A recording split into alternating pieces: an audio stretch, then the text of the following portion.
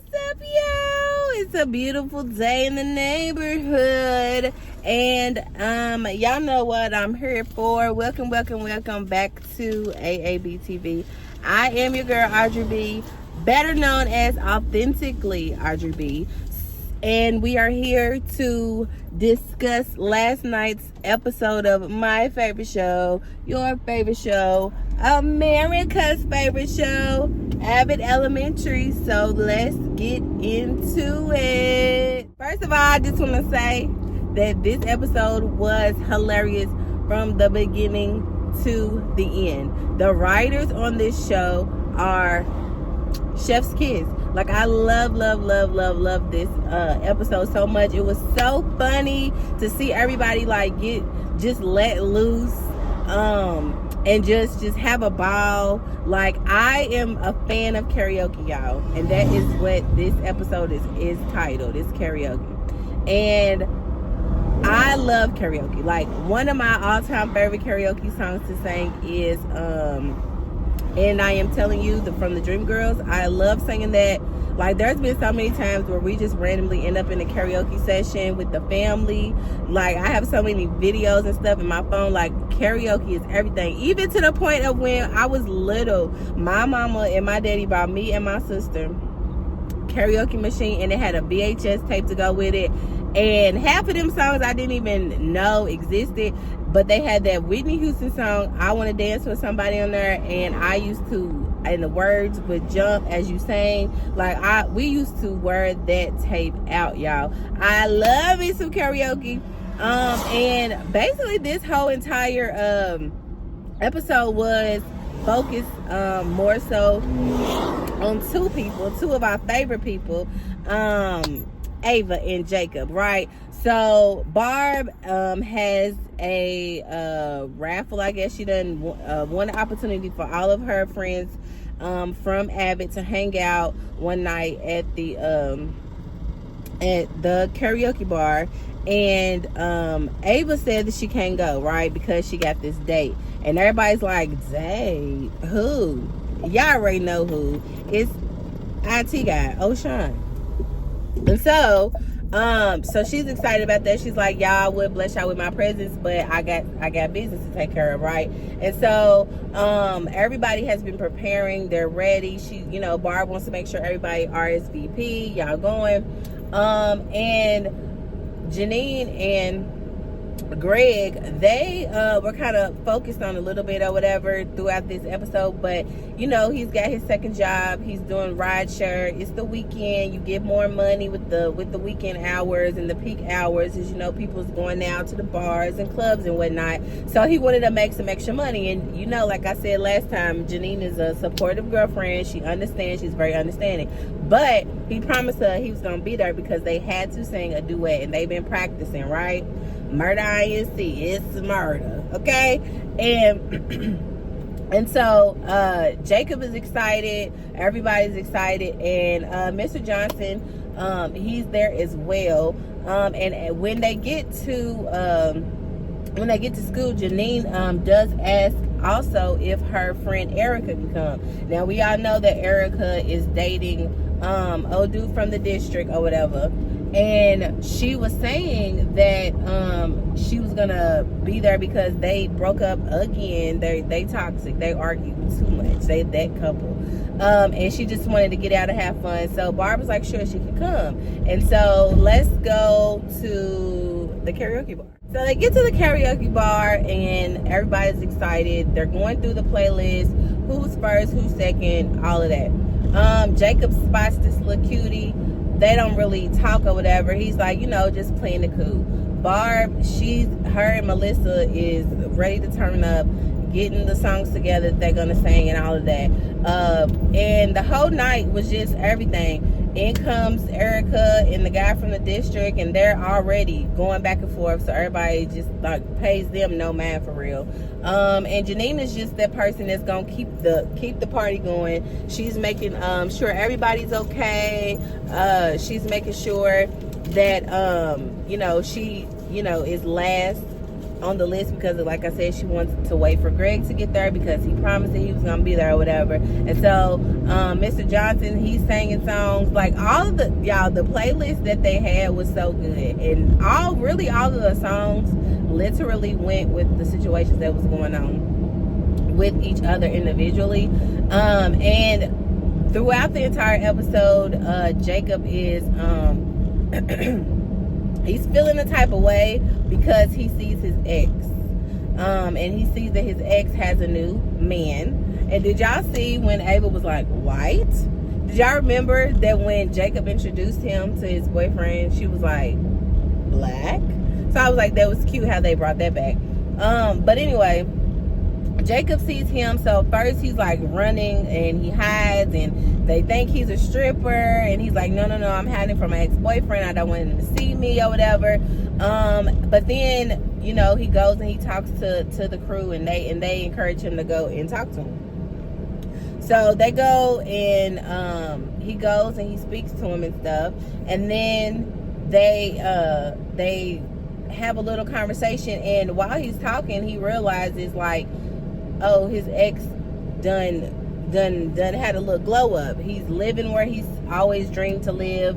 He's doing what he always dreamed to do. He seems to be enjoying life. And he was kind of shady to Jacob, though, because he was just like, yeah, I've been good ever since I left you. Like, all of, you know, that, and I don't think he said that word for word, but he was just like, you know, basically that's what he was saying. And Jacob was feeling it, and he was kind of like, well, dang, you know, and he tried to, you know, be like, you know, so Jacob, how are you? And he threw a couple of things out there, you know, well, Melissa has a guinea pig and stuff like that. And it's like, oh, okay. So then, you know, it was his turn to go and sing. So Jacob, you know, just something happened within that conversation with Jacob to where Jacob went back to that room, changed his whole playlist, and just shocked the entire world with the song that he chose, y'all. And I was like, no, he did not. And everybody was like, who?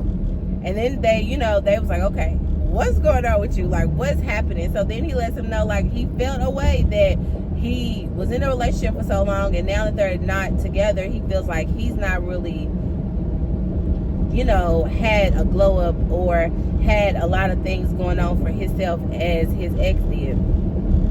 And Barb and Melissa just basically encouraged him, was like, no, you're doing X, Y, and Z. You remember they basically helped him remember the things that he has done, because we all know that it's easy for us to compare. It's easy for us to do that when we see people that we know, you know, getting to higher heights, and we feel like we're just stuck in the same little bubble. And that's how he was feeling. But they had to remind him, encourage their friend, like, no, it's okay. Like, and then they also encouraged him, or maybe it was liquid courage, I don't know, but to go and get his, right? So like I said before, when they first got there, he spotted a little cutie, and he was like, nah, he didn't even really want to do all of that. But Jacob had a little game. Jacob got a little game. So while all the crew is at this karaoke bar, Ava and O'Shawn, aka IT guy, they are at this nice little Japanese restaurant, and he's really into her, right? And he's trying to have small talk. He's telling her about himself, and the whole time Ava is just throwing those Ava-isms at him, should we say. She's, you know, throwing jabs, joking on him, knocking down the things that he's saying, making him seem like he's like this big. And so he takes it. And then also, while she's doing that to him, when he's speaking, or when he's even talking to the people that work there in their language, she's impressed. But again, she's not going to show that. She has this wall up, and it's evident that it's bothering him, right? And not that he's sensitive, but he cares about her and he likes her, and he really thought that, you know, he was going to hit it off and it was going to be like the best first date ever. But Ava was just really giving it to him, and so to the point where homeboy was just like, look, I'm ready to go. And I was like, I know that's right, because you're not about to be playing in my face. Like, I done pursued you, I done showed you I'm interested, and then we get together and you want to act like I'm just a nobody. And she was throwing around like, you know, well, I'm used to market prices, and I'm used to this, and I'm used to that. And it's just like, he was just like, you know what, I just don't want to do this anymore. And that just made her face fall straight to the ground. I was like, oh. Finally, somebody done had to put Miss Ava girl in check, because she's obsessed with herself. And she tried to say that he was obsessed with her, and in my mind, I was like, girl, no, you are obsessed with you. But you're not gonna do O'Shawn like that, because he seems like he really likes you. So do not run him away because you refuse to let love in, girl. Let some love in. And so she was just thrown off. Like, y'all, she was just thrown off by the fact that he was just like, oh no, I'm not standing for none of that. And she was like, And he paid for it, which again impressed her, even to the point where they were outside and she was like, well, you can leave now because I know you don't want to wait for me. Because again, that's probably what she's used to. He was like, no, I'm definitely not gonna leave. And so then she got to talking and opening up, and because he let her know, like, I don't like that you was just shooting me down this whole entire time. I don't like how you was talking to me, how you been treating me. And she was like, well, that's what we do. Like, that's our thing. And he's like, no, it's not. Like, that's cute, but I really want to get to know you. So it kind of, like I said, made her humble herself. And so while they were waiting outside, she opened up, like I said, and was just like, well, I know you'll never want to basically like go on another date. And he was like, no, thank you for the information, and I'm a remember that the next time that we go on a date. And I was like, oh my god. And he still want to be with her. And I was like, oh, he's too cute. I was like, oh my goodness, because she just knew it was a wrap. But he really liked her, y'all. What did y'all think about that scene? What did y'all think about how he reacted?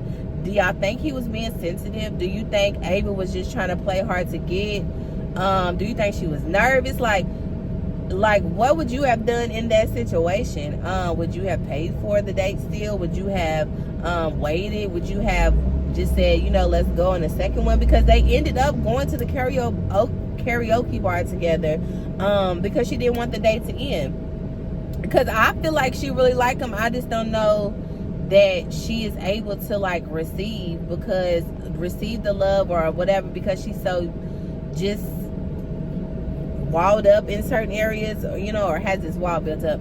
But I truly was shocked that, first of all, he flipped the script on her and was like, I'm not going for that.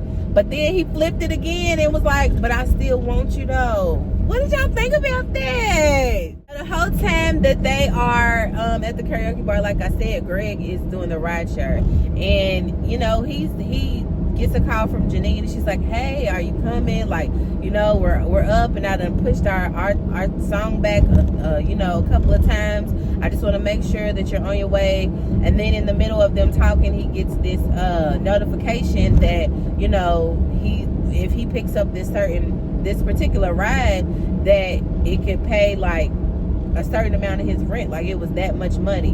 And she's like, okay. You can tell that, again, she's disappointed, because I feel like from her past relationship with Tariq, which we all know, like, she handled everything, and he just was like, did whatever he wanted to do all the time, and she was just used to being disappointed or people not considering her. And I'm just like, Janine, I feel you on that tip. But Greg is different, or at least we think that he's different, right? And so he's just like, you know, I really want to take this ride. I promise you this is going to be the only one I do. And when I get there, you know, we're going to do the song or whatever. So don't worry. She's like, okay. And so, you know, everybody's just like, where's your man at? Because, again, she's asking Erica, like, I thought y'all was broken up. Why is he here? Talking about the guy from the district. And she's like, girl, that's my boo. You know he can't leave me. You think he will leave me? But then the whole time, first of all, they sang in songs with Barb, never could have made it. Then they sang in Love by Keisha Cole. And then the next minute, they over here arguing. And I mean, they argued the entire time. And I was like, oh my gosh, like, they're that couple. And I feel like I've been that couple before, and I don't like that. I don't like. So they were just basically off to themselves, Erica and the guy from the district, just doing them. But like I said, Janine was just basically waiting for her man and trying to still keep up appearances. She was having a ball. Homegirl was Harlem shaking and Bankhead bouncing across the room to everybody's song, just having a good time again. Because even though she's internally be going through stuff, Janine is the type of person that on the outside she wants to make sure that everybody else is good. And so Greg just kept on taking these rides, and then had the nerve to say, well, does it matter if I come? I mean, I just want to, is it okay that I missed this one, but I promise you I won't miss the next one. And again, disappointment, right? Just like the last episode where he lied about having 2 jobs basically, and Janine was like, oh, you know, it's okay, it's fine. And so then he gets to thinking about it after having a talk with one of the rideshare customers, and he gets another notification for even more money. And then by the time that happens, Janine, is her turn to go up and sing the Ja Rule song that they have been practicing or whatever. And as she begins to sing, like she says, my man is out making money, he's doing him, he'll be with us on the next go round, but I've been practicing, I know both parts, because it's a duet, right? And so she was like, I'll just sing both parts. And so everybody was like, woo, you know, everybody just feeling good. They got the beer flowing, they got Jacob is got his courage up to go and talk to old dude at the bar, and I think he said his name was Bill.